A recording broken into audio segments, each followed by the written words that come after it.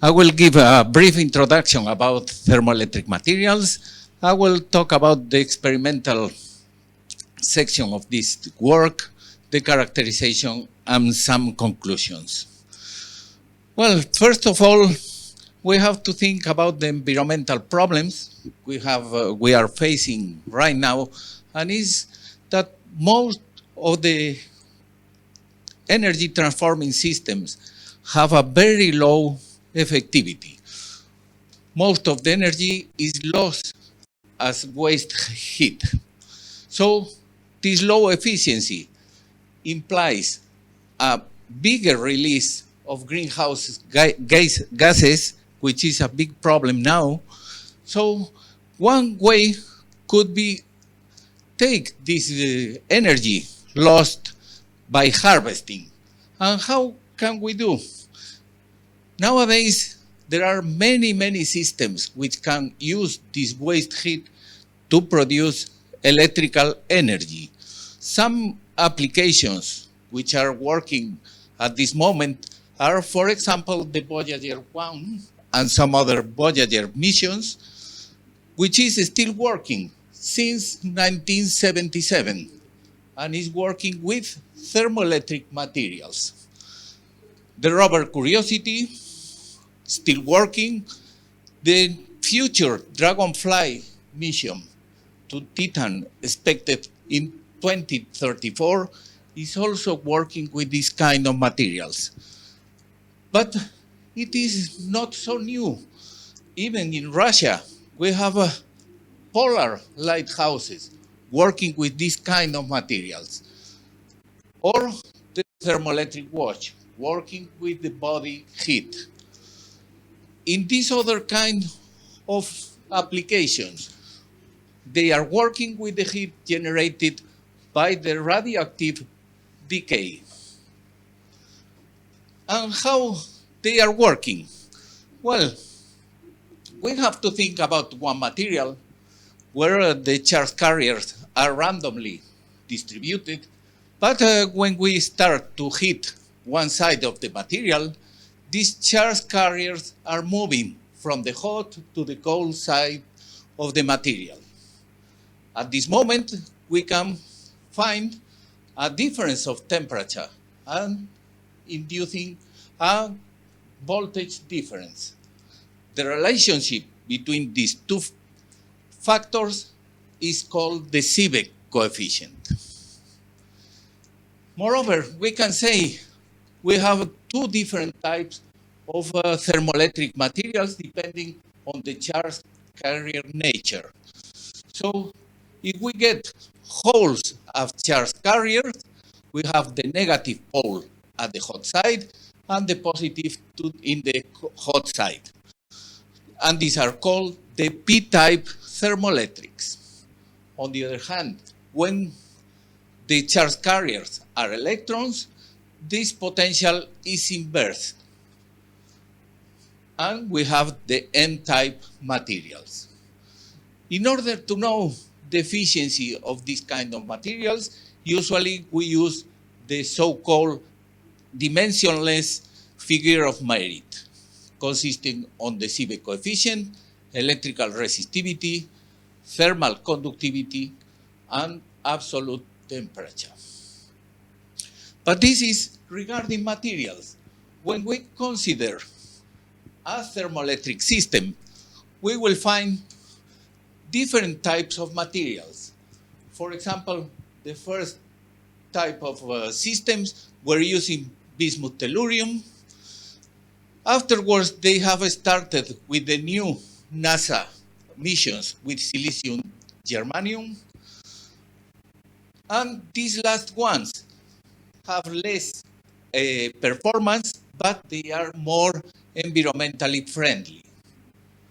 But the problem we will find when we talk about the cost of these materials, we can see the price of 1 kilogram of silicium germanium when it's refined. So this is why we have center on the oxides. The price is much lower. So when we think about this, we have decided we are going to be directed to the oxides because of the cost of the materials. But when we want to design the thermoelectric system, the most simple one, everybody knows, just a thermocouple.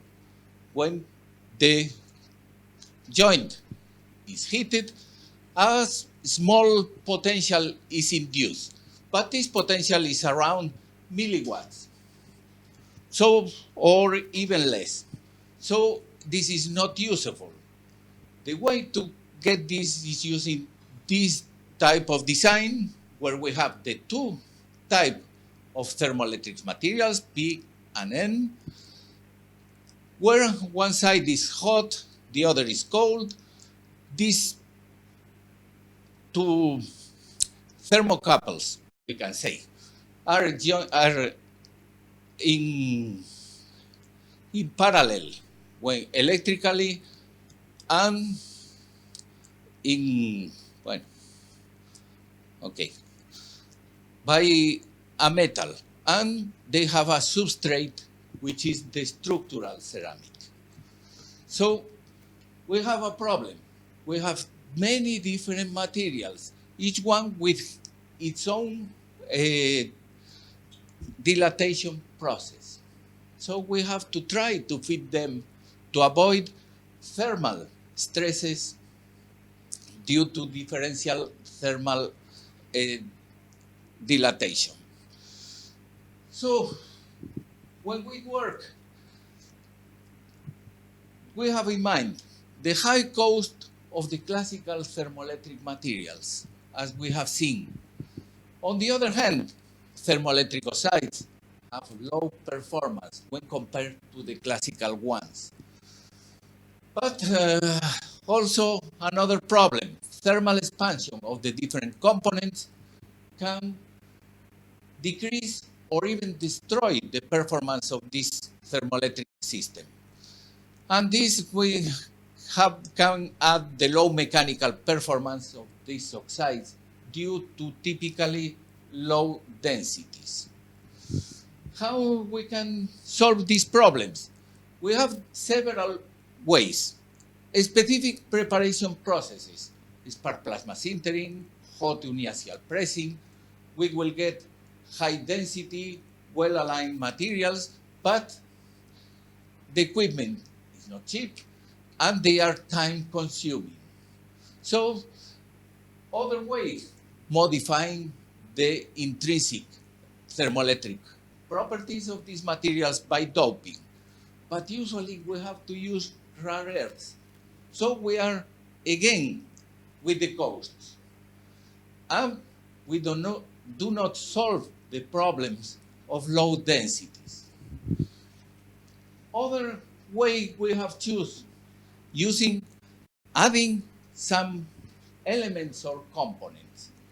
And in this way, we have checked silver and boron carbide, but the problem with silver is the price when compared to the boron carbide. This is why we have been directed to this boron carbide material, to be added to these materials. So we have chosen this compound. We have no rare earths, so in principle it's going to be cheap. We are going to use the solid state method because it's the most simple, the most known, and is scalable and have a relatively low cost. Raw materials are among the most abundant in the Earth's crust, so no problem. And as I said before, this boron carbide has also low cost. For the thermal treatment, we have chosen the best thermal treatment consisting in 3 steps, 2 calcinations, 750 and 850 for 12 hours to decompose the calcium carbonate and start the reaction to finally sintering at 900 degrees for 12 hours to have the final product.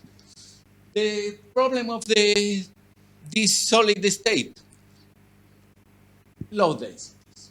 But we are going to try to improve not by increasing density, but by these additions. So when we made powder XRD with different boron carbide additions, we see no differences with the boron carbide content.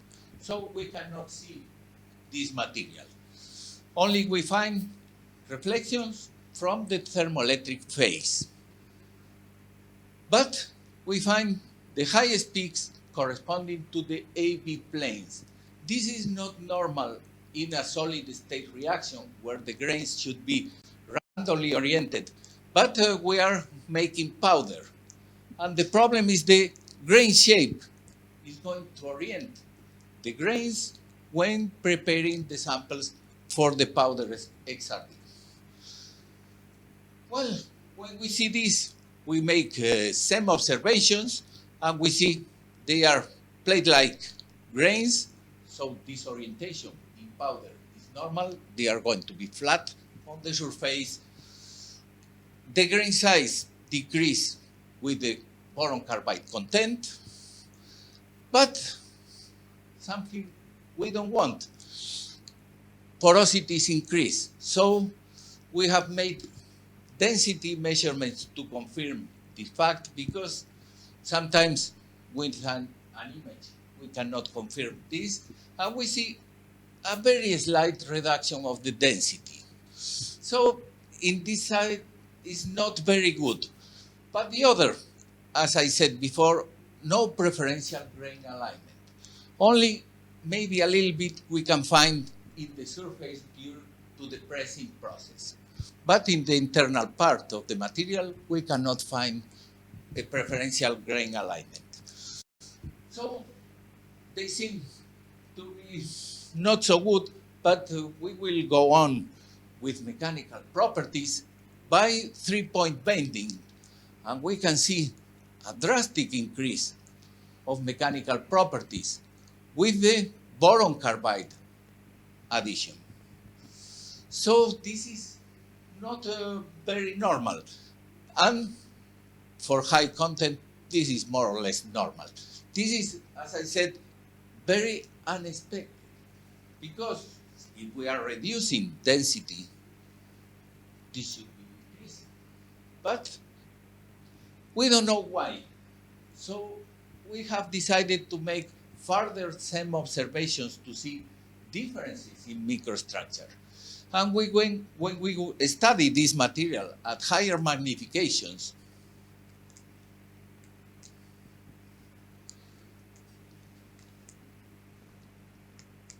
okay.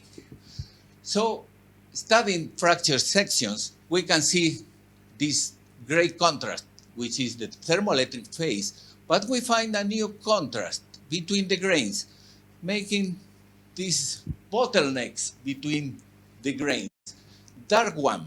And this is boron-rich phase. We find boron, calcium, cobalt.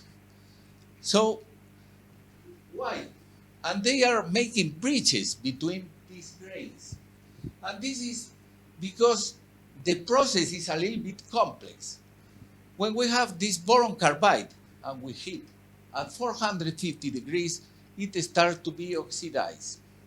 So carbon decomposes to give CO2, which is lost, but we get boron oxide in the surface of the particles.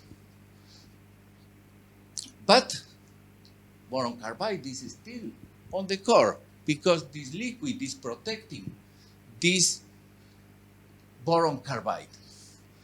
But we get a liquid phase, and a liquid phase is a good thing to enhance diffusion of cations. So the diffusion of cations between the grains is much larger, and we find this in the surface, boron, calcium, and cobalt on the surface of the boron carbide material. And it forms this bridge which are very high mechanical performance. So explaining why we get higher mechanical properties, even if density has slightly decreased. When we study electrical properties, we also find for small boron carbide additions, resistivity is decreased.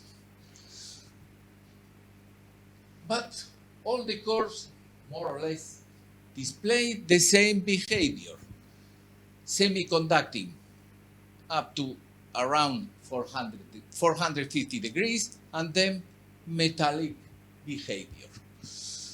So we find this. And why this? Because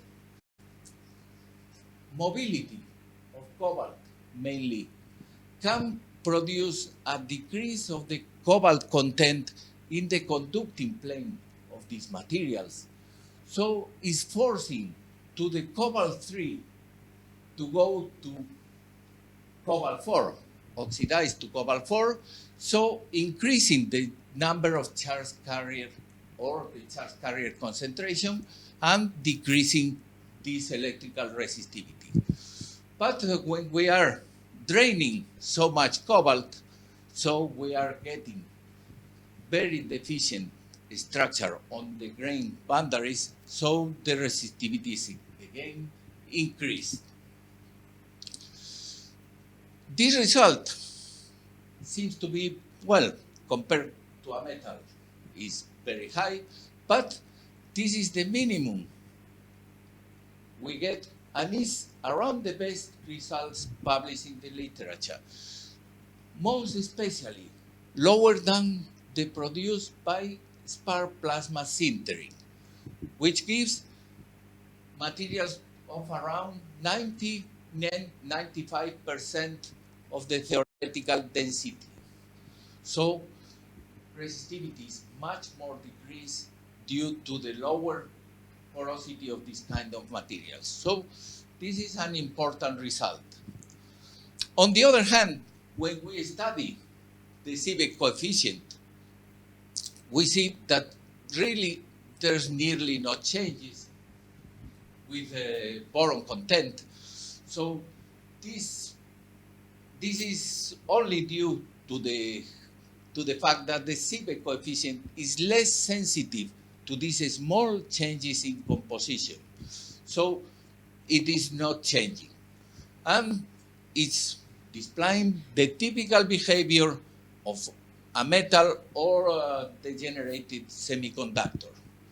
But the most important, this maximum value, around 190, 200, is much higher than the obtained in spark plasma sintered materials, which have high density, and they are the most promising samples we can find in the literature. But as is, if you remember, there are another factor influencing the CT values, which is the thermal conductivity. In this case, we have the electronic thermal conductivity and the total thermal conductivity. We can see that total thermal conductivity decreases due to lattice vibrations, but then at a temperature starts to increase again. And this is due to the contribution of the electronic conductivity. But the minimum value, because here we see for the minimum value, is lower than the obtained in spark plasma sintered materials. But this is normal because we are facing with more or less high density materials while they have very small density. But all these things lead to CT values, which is the real performance of this material. We can see that the highest CT is around 0.25, which is higher than the obtained in the best materials with high density. So probably we can find that if we can increase density in this kind of materials, we can reach a minimum CT value which can promote them to practical applications. On the other hand, there's no density in this formula. Why we should always think about the density? because if you have porosity, you have no electrical conduction. Well, finally, another question, but this is relevant for the thermoelectric systems, is the thermal linear expansion, which has been decreased to a minimum around here. In the best, curiously, is the best CT material, I think around 10% we have decreased. This is important, which is closer to the alumina. And the alumina, we have to remember this is the structural ceramic used in the thermoelectric systems. So this is going to reduce thermal stresses and probably will increase the span life of this material.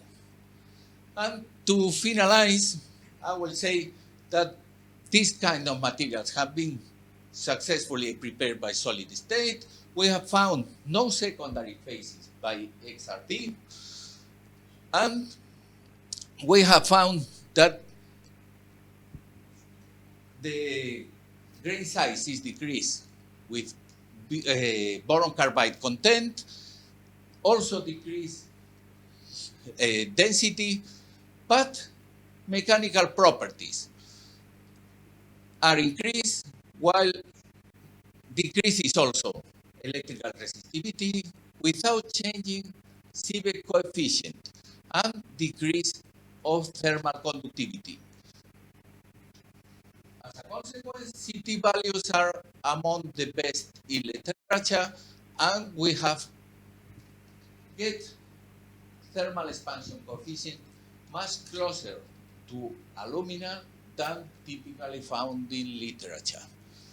Okay, thank you for your attention.